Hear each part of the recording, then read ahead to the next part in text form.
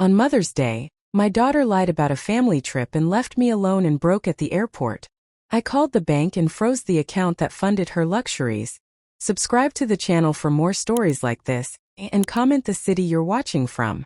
I sat in the plastic chair at gate 47, my best purse clutched in my lap, wearing the navy dress I'd bought specially for this trip. At 72, I don't get many chances to feel excited about anything. But this Mother's Day weekend was supposed to be different. Natalie had called 3 weeks ago, her voice bubbling with enthusiasm. "Mom, I've planned the most amazing trip for us. A spa weekend in Napa Valley, just you and me. We'll drink wine, get massages, talk like we used to." Like we used to. I held on to those words like a lifeline. When had we last talked, really talked? When had Natalie last called without needing something? My flight to San Francisco was boarding in 20 minutes, but Natalie still hadn't arrived. I checked my phone for the 100th time. No messages. The knot in my stomach tightened. She was always running late, always had some crisis that took priority over our plans. A young woman nearby was scrolling through Instagram, her phone tilted just enough that I could see the screen. A flash of familiar blonde hair caught my eye. I leaned closer, my heart stopping. There was Natalie, my daughter. On a beach somewhere tropical, her arms wrapped around her husband Derek, both of them laughing into the camera. The timestamp showed 30 minutes ago. My hand started shaking. I fumbled with my own phone, opening the app one barely knew how to use. There it was, clear as day. Paradise found. Derek surprised me with Bora Bora for Mother's Day weekend. Sometimes you just have to treat yourself. #blessed, #Bora Bora, #surprise. The phone slipped from my hands, clattering to the floor. A kind stranger picked it up, asking if I was all right, but I couldn't hear them over the ringing in my ears.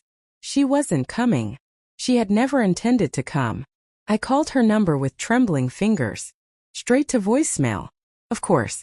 I tried again. Nothing. Then I remembered the credit card, the one I'd given her for emergencies, that somehow funded her entire lifestyle. The same card she'd probably used to book this spontaneous tropical getaway, while leaving her 72-year-old mother stranded at an airport. My throat felt raw, like I'd been screaming though I hadn't made a sound. Around me, families were hugging goodbye, children were laughing, couples were holding hands. I sat alone with my overnight bag and my shattered expectations. The announcement echoed through the terminal. Final boarding call for Flight 447 to San Francisco. I didn't move. Where would I go? What was the point? The spa reservations Natalie had insisted I not worry about paying for. The wine tastings she'd said were her treat. The fancy dinner she'd promised to cover. All lies. My chest felt tight, like someone was squeezing all the air out of my lungs. This wasn't just about a missed trip. This was about 47 years of being Natalie's mother, and suddenly understanding that to her, I wasn't a mother at all. I was just a bank account with feelings. The realization hit me like a physical blow. Every phone call asking for help with rent. Every loan that was never repaid.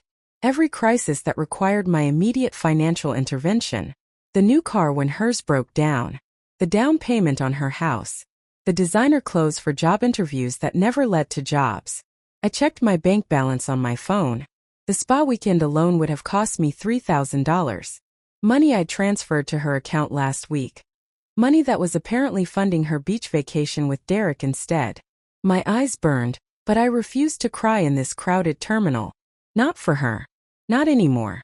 Something cold and sharp was forming in my chest, replacing the crushing sadness. I opened my contacts and scrolled to the bank's customer service number. If Natalie wanted to play games with my money, it was time she learned who actually owned it. Sitting in that airport chair, memories flooded back like a dam had burst. How had I become this woman? How had I let my only child turn me into her personal ATM? It started innocently enough. When Natalie graduated college, she couldn't find a job in her field. "Just help me with rent for a few months, Mom. Until I get on my feet." Those few months turned into 2 years. When I finally suggested she might need to lower her expectations, she cried. Actually cried. "You don't believe in me," she'd sobbed. I thought my own mother would support my dreams. So I kept paying. Because what kind of mother doesn't support her daughter's dreams? The apartment in the trendy part of town came next. Mom, you can't expect me to bring potential employers to that dump I'm living in. Image matters in my industry. $2,000 a month for a one-bedroom with exposed brick and a view of a parking lot. Then Derek entered the picture. Charming Derek with his easy smile and empty bank account. He's going through a rough patch, Natalie explained when I questioned why I was suddenly buying groceries for two. His startup is about to take off. He just needs time. That was 5 years ago. The startup had never materialized, but Derek's appetite for my generosity certainly had. The wedding was supposed to be modest. Just close family, Mom. Something intimate. Intimate turned into 150 guests at a country club I couldn't pronounce the name of. When the bills came, Natalie was devastated. The wedding planner said this was all included. Derek and I don't have this kind of money. You wouldn't want us to start our marriage in debt, would you? $15,000. I dipped into my retirement savings for the first time. The house came next. We can't live in an apartment forever, Mom. We want to give you grandchildren, but we need stability first. Another down payment. Another chunk of my future security handed over with a smile. But the grandchildren never came. Instead, there were vacations. We're so stressed, Mom. Derek's been working so hard. We just need a little getaway to reconnect. Cabo. The Bahamas. That skiing trip to Aspen where they posted pictures of themselves in designer gear I'd unknowingly purchased. Every time I hesitated, every time I suggested maybe they should budget better or find less expensive alternatives, I became the villain. I can't believe you're being so selfish, Natalie would say. After everything we've been through as a family. Everything we'd been through. Like her father's death when she was 25. Like the way I'd held her while she sobbed, promising I'd always take care of her. Somehow that promise had mutated into the phone calls always came at strategic times. When I was tired, when I was vulnerable, when saying no felt impossible. Mom, I hate to ask, but... And then would come the crisis. The car repair. The medical bill. The once-in-a-lifetime opportunity that required immediate funding. I'd lie awake at night sometimes, staring at the ceiling of my small apartment, wondering when I'd become so small in my own life. When had my needs become negotiable while hers were absolute? The breaking point should have been last Christmas.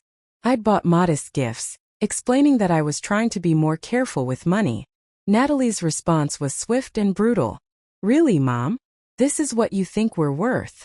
She'd held up the gift card to Target like it was contaminated. Derek's parents gave us a weekend in Vegas. But I guess I know where I stand. I'd gone back out the next day and bought them both expensive electronics, charging them to the credit card I could barely afford to pay off. Sitting in that airport terminal, I realized I couldn't even remember the last time Natalie had asked how I was doing. Really asked. Not as a prelude to requesting money. Not as small talk before getting to the real reason for her call. When had she last visited just to see me? When had she last brought me anything, given me anything, done anything that wasn't ultimately about what she could get from me? The answer was devastating in its clarity. Never. My phone buzzed. A text from Natalie, probably sent from that beach in Bora Bora. Hey Mom, having an amazing time. Thanks for understanding about the trip. Rain check. Understanding. As if I'd agreed to this betrayal. As if abandoning your mother on Mother's Day was just a scheduling conflict. I stared at that message for a long time, feeling something fundamental shift inside me. For 47 years I'd been her mother. It was time to find out who I was when I stopped. The bank's customer service line rang twice before a pleasant voice answered. First National, this is Marcus. How can I help you today? I took a deep breath, my fingers gripping the phone so tightly my knuckles had gone white. I need to freeze all accounts connected to Natalie Morrison. She's my daughter, but she's no longer authorized to access any of my funds. I understand, Mrs. Morrison. Can you verify your account information for me? As I rattled off my social security number and mother's maiden name, I felt strangely calm, like I was watching someone else make these decisions. Someone stronger than the woman who had spent decades being manipulated. I see several accounts here, ma'am. There's the joint checking account, the credit card we issued in her name connected to your account, and you're listed as the primary on her mortgage. What exactly would you like to do? The mortgage. I'd forgotten about that. When Natalie and Derek couldn't qualify for the loan on their dream house, I'd co-signed. More than co-signed. I was paying the monthly payments. I want everything frozen immediately. The credit card canceled. I want to be removed from the mortgage. And I want to stop all automatic payments to any accounts in her name. There was a pause. Mrs. Morrison, some of these changes will take a few days to process. The mortgage situation is particularly complex since you're the primary signatory. Are you sure you want to proceed? Was I sure? I looked around the terminal again. Families everywhere, but no family for me. Just a daughter who saw me as a resource to be exploited. I'm absolutely sure. I'll need to transfer you to several departments to handle all of this. Can you hold while I get this started? While I waited on hold, I opened my laptop and logged into my other accounts. The utilities for their house, auto-paid from my checking account. Cancelled. The insurance on both their cars in my name because it was cheaper. Cancelled. The family cell phone plan that somehow only seemed to benefit them. Cancelled. Each cancellation felt like removing a chain I hadn't realized was binding me. Marcus came back on the line. Mrs. Morrison, I've started the process. The credit card will be deactivated within the hour.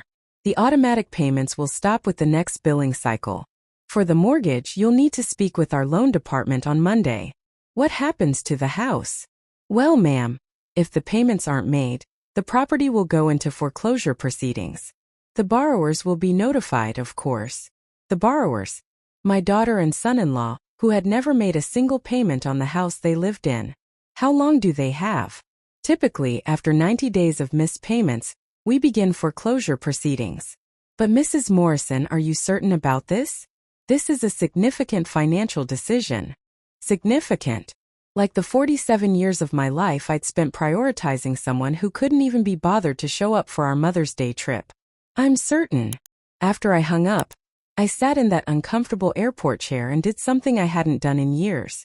I thought about what I wanted. Not what Natalie needed, not what crisis required my immediate attention, not what emergency demanded my money. What did I, Debbie Morrison, actually want? The answer surprised me. I wanted to go home. Not to the cramped apartment I'd moved to after selling my house to help with Natalie's wedding expenses. I wanted to go to my sister Carol's house in Phoenix. Carol, who I'd barely spoken to in the last 5 years because every conversation had been interrupted by Natalie's calls, every visit cut short by Natalie's emergencies. I called the airline and changed my ticket. Phoenix instead of San Francisco. The fee was $200, money I would have agonized over spending a few hours ago. Now it felt like the best investment I'd ever made. While I waited for my new flight, I scrolled through my contacts. So many numbers I hadn't called in years. Friends from my old neighborhood, colleagues from the job I'd retired from early to be more available for Natalie's crises. My life had become so small, so focused on being Natalie's safety net that I'd forgotten I used to have other people in it. I texted Carol. Change of plans. Can I visit for a few days? Long story. Her response came immediately. Yes. I'll pick you up at the airport. Been hoping you'd want to visit for years. Years. How many years had I missed with my sister, while I was busy funding my daughter's fantasy life? My phone buzzed. Another text from Natalie, this one with a picture of her and Derek with tropical drinks. Living our best life. Hope you're having a good day too, Mom. I stared at that picture for a long moment. My daughter, radiant and carefree, spending what was probably another $1,000 of my money while I sat alone in an airport. But for the first time, instead of hurt, I felt something different. I felt free. I typed back a simple response. Enjoy your vacation. Then I turned off my phone. In 3 hours, I'd be in Phoenix with my sister. Natalie would be in Bora Bora with a credit card that would start declining any moment. And for the first time in decades, that felt exactly right. I was sitting on Carol's patio in Phoenix, sipping iced tea and watching the sunset paint the mountains purple, when my phone started ringing. I turned it back on that morning, 2 days after arriving at my sister's house. 2 days of sleeping in, of long conversations that didn't revolve around money, of remembering who I used to be. Natalie's name flashed on the screen. I let it go to voicemail. It rang again immediately. Then again. Carol raised an eyebrow from her chair across from me. You going to answer that? Not yet. The phone finally stopped ringing. A few minutes later, it chimed with a voicemail notification. then another, then several text messages in rapid succession. I took my time finishing my iced tea before I listened to the first voicemail. Mom, there's something wrong with my credit card. It's being declined everywhere. Can you call me back? It's urgent. The second message, left 30 minutes later, had a different tone. Mom, I called the bank and they said you froze my account. That has to be a mistake, right? Call me back immediately. Derek and I are stuck here. By the fourth message, the mask had completely slipped. What the hell did you do? The bank says you canceled everything. Everything, Mom. Do you have any idea what you've done? Call me back right now or I swear I'll never speak to you again. I almost laughed at that last threat. As if losing contact with Natalie would be a punishment rather than a relief. The text messages were even more revealing. Mom, this isn't funny. We're stranded. The hotel wants payment up front for the rest of our stay. My card isn't working. Derek's parents are asking questions about why we can't pay for anything. This is humiliating. Fine. Be petty. But you're ruining my marriage. That last one made me set the phone down hard on the patio table. I was ruining her marriage. Not the fact that her marriage was built on lies and my money. Not the fact that Derek had apparently never questioned where their lifestyle came from. I was the problem. Carol was watching me carefully. Bad news. Actually, it's the best news I've gotten in years. The phone rang again. This time I answered. Natalie. Mom, thank God. What is happening? Why did you cancel my credit card? Her voice was high and strained. In the background, I could hear Derek arguing with someone, probably hotel staff. I canceled your access to my money. There's a difference. Your money? Mom, we're family. What's yours is mine, that's how families work. I felt that familiar stab of guilt. The same feeling that had controlled me for decades. But this time I recognized it for what it was. Manipulation. No, Natalie. That's not how families work. That's how parasites work. The silence on the other end was deafening. Did you just call me a parasite? I called your behavior parasitic. When was the last time you gave me anything, Natalie? When was the last time you helped me with anything? When was the last time you even asked how I was doing without needing something? I don't have time for this. Derek and I are stuck in Bora Bora with no way to pay for anything. You need to fix this right now. The entitlement in her voice was breathtaking. Even now, even caught red-handed, she still thought she could make demands. You're not stuck, Natalie. You chose to go to Bora Bora instead of spending Mother's Day with your mother. You chose to lie to me about our plans. You chose to abandon me at the airport. These are the consequences of your choices. It was just a trip, Mom. Derek surprised me. You're acting like I committed murder. You left your 72-year-old mother alone at an airport on Mother's Day. You lied to me for weeks. You used my money to fund a romantic getaway with your husband, while I sat in that terminal wondering what I'd done wrong. If you don't think that's murder, you don't understand what it means to have a mother. I could hear her breathing heavily, then Derek's voice in the background. Just tell her whatever she wants to hear so we can get out of here. Did Derek just tell you to lie to me? Mom, you're being ridiculous. We'll pay you back. We always do. Name one time, Natalie. Name one single time you've paid me back for anything. Another silence. I bought you that scarf for Christmas. The $20 scarf. After I gave you $15,000 for your wedding. That's different.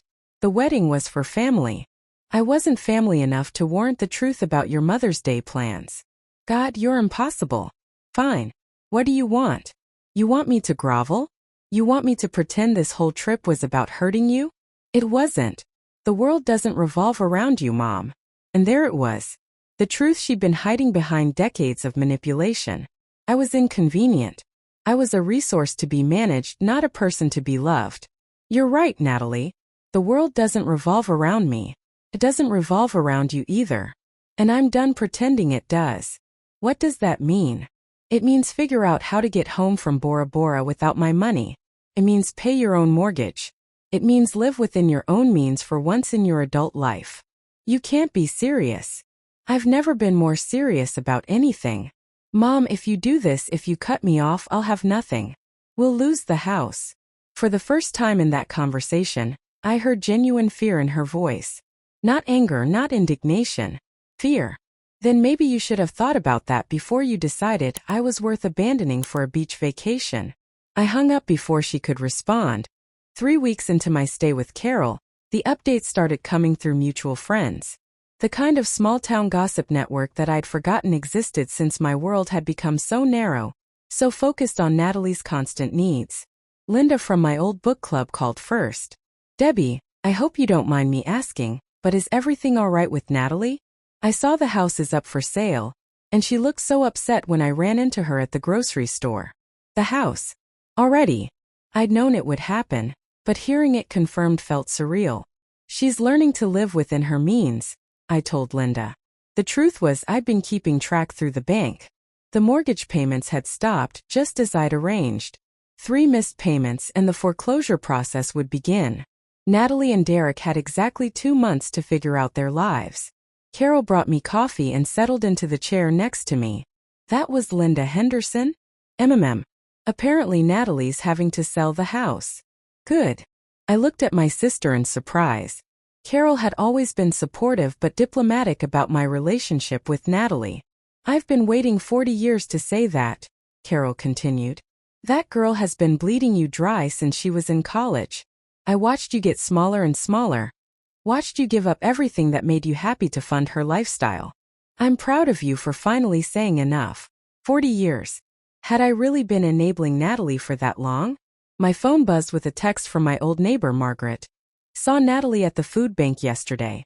Is she okay? The food bank. Natalie, who had never eaten anything that wasn't organic and expensive, was at the food bank. Part of me felt a stab of the old guilt. Part of me felt something else entirely. Relief. Over the next few days, the updates painted a clear picture.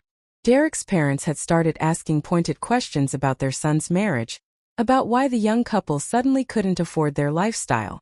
Neighbors had noticed the for sale sign, the absence of the luxury cars that had always filled their driveway. Most telling was the call from Sarah, Natalie's former best friend. Mrs. Morrison? This is Sarah Chun. I used to be close with Natalie. I remember you, dear. How are you? I'm well, thank you. I hope you don't mind me calling, but I wanted you to know that a lot of us have figured out what was really going on. With the money, I mean. I stayed quiet, letting her continue. Natalie used to brag about how generous you were, how you covered their expenses, because you wanted them to focus on building their future. But when she started asking all of us for loans last week, when she couldn't explain why her credit card suddenly stopped working, people started putting pieces together. Sarah paused, seeming to choose her words carefully. Mrs. Morrison, I don't think any of us realized how much you were carrying. Natalie made it sound like you were wealthy, like helping them was easy for you. But my mom is your age, and I know how hard it is to live on a fixed income. I'm sorry we didn't see it sooner. After I hung up, I sat quietly for a long time. Natalie had been telling people I was wealthy, that supporting her was effortless for me. She'd never mentioned the small apartment I'd moved to, the car I'd kept running for 12 years, the vacations I'd never taken, the retirement I'd postponed. That evening, Carol and I were making dinner when my phone rang. Derek's number this time. Mrs. Morrison? This is Derek. I think we need to talk. Do we? Look, I know you're angry with Natalie and I get it, but I think there are some things you should know. I waited. I never knew how much money you were giving us. Natalie handled all the finances.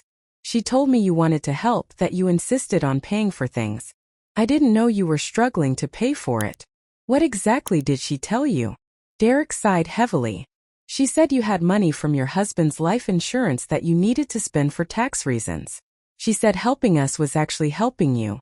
I know how stupid that sounds now. It does sound stupid. I know. Mrs. Morrison, I'm not calling to ask you to change your mind. I'm calling to tell you that I've moved out. I can't be married to someone who would lie to me for 5 years about something this important, who would manipulate her own mother like this. I felt a strange mix of satisfaction and sadness. Satisfaction that Derek had finally seen Natalie clearly. Sadness that my daughter's marriage was ending, even if it was built on lies. I'm sorry it came to this, Derek. I'm not. I'm sorry it took this long. Mrs. Morrison, for what it's worth, Natalie really is falling apart. She's had to take a job at a retail store. She's living in a studio apartment across town. But she's still angry at you. She still thinks you're the one who's wrong. I know. I don't think she's going to change. I don't think she's capable of seeing what she did to you. After Derek hung up, Carol looked at me with concern. How do you feel about all this? I considered the question seriously. How did I feel about Natalie losing her house, her husband, her comfortable life? Free, I said finally. For the first time in decades, I feel completely free. 6 months later, I was standing in the kitchen of my new apartment in Phoenix, making breakfast for one and actually enjoying it. Carol had helped me find a place just 10 minutes from hers, in a community full of active retirees who had become my new social circle. The morning routine was mine now. Coffee at my own pace, reading the newspaper without interruption, planning my day around things I wanted to do rather than crises I needed to solve. My phone rang. Natalie's number.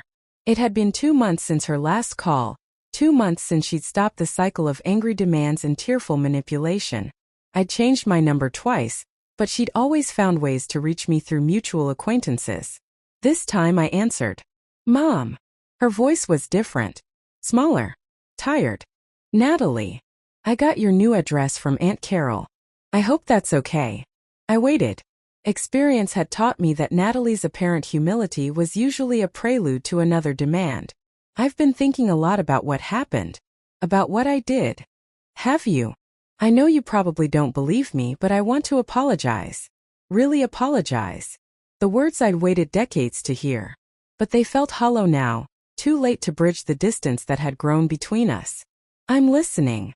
I never thought about how hard it must have been for you to keep giving and giving while I just kept taking. I thought you wanted to help. I thought that's what mothers did. Some mothers do. When they're appreciated. When they're respected.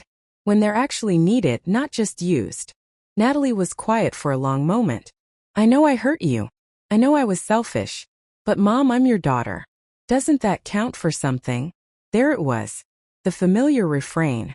The appeal to blood relationship that had controlled me for so long.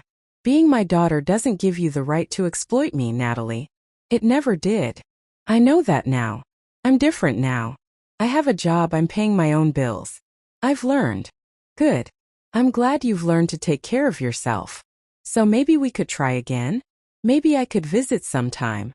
I looked out the window of my apartment, at the mountains I woke up to every morning, at the life I'd built for myself. A life where my phone didn't ring with emergencies, where my bank account was my own, where I could plan a trip without wondering what crisis would derail it. Natalie, I don't think I'm ready for that. But I've changed, Mom. I've really changed. Maybe you have. But I've changed too. I've learned what it feels like to have relationships where I'm valued, not just useful, where people care about my well-being, not just my bank balance. You're my mother. You're supposed to love me unconditionally. I do love you, Natalie. But unconditional love doesn't mean unconditional access. It doesn't mean unconditional financing. And it doesn't mean pretending that 47 years of being taken advantage of never happened. I could hear her crying softly. A year ago, those tears would have broken my resolve. Today they sounded like manipulation. So that's it? You're just going to cut me out of your life forever. I'm going to live my life on my terms for once. If you ever genuinely change, if you ever develop the capacity for a real relationship built on mutual respect and genuine care, we can talk. But I won't be holding my breath. After I hung up, I sat quietly for a moment. Then I called my friend Dorothy from the hiking club. Dorothy, it's Debbie. Are you still planning that trip to Sedona next month? Of course. Are you thinking of joining us? I am. Count me in. That afternoon, I visited Carol and told her about Natalie's call. How do you feel? She asked. Peaceful. For the first time in my adult life, I feel peaceful. The next morning, I did something I hadn't done in decades. I went to the bank and opened a savings account. Not for emergencies, not for family crises, not for anyone's needs but my own. A travel fund. The first trip would be Sedona with my hiking club. After that, maybe the European river cruise I dreamed about for years but never taken because Natalie always had some pressing need for the money. As I walked out of the bank, my phone buzzed with a text from Linda, my old book club friend. Debbie, we're starting a new book this month. Would you like to join us via video call? I typed back. I'd love to, but I'm planning to move back to town soon. Can I join in person? Moving back. The idea had been growing in my mind for weeks. Phoenix was wonderful, but it wasn't home. Home was where my friends were, where my life had been before I'd made it so small to accommodate Natalie's needs. I could afford my own place now. A nice place. Without Natalie's expenses draining my accounts, I had more money than I'd had in years. That evening I called my old realtor. Helen, it's Debbie Morrison. I'm interested in looking at some condos in the area. Something with a nice view, good natural light, and a second bedroom for guests. Real guests. People who would visit because they enjoyed my company, not because they needed something from me. As I planned my return home, I realized something profound had happened. I wasn't just free from Natalie's manipulation. I was free to discover who I was when I wasn't constantly sacrificing for someone who didn't appreciate it. At 72, I was finally ready to live my own life. And it felt absolutely perfect.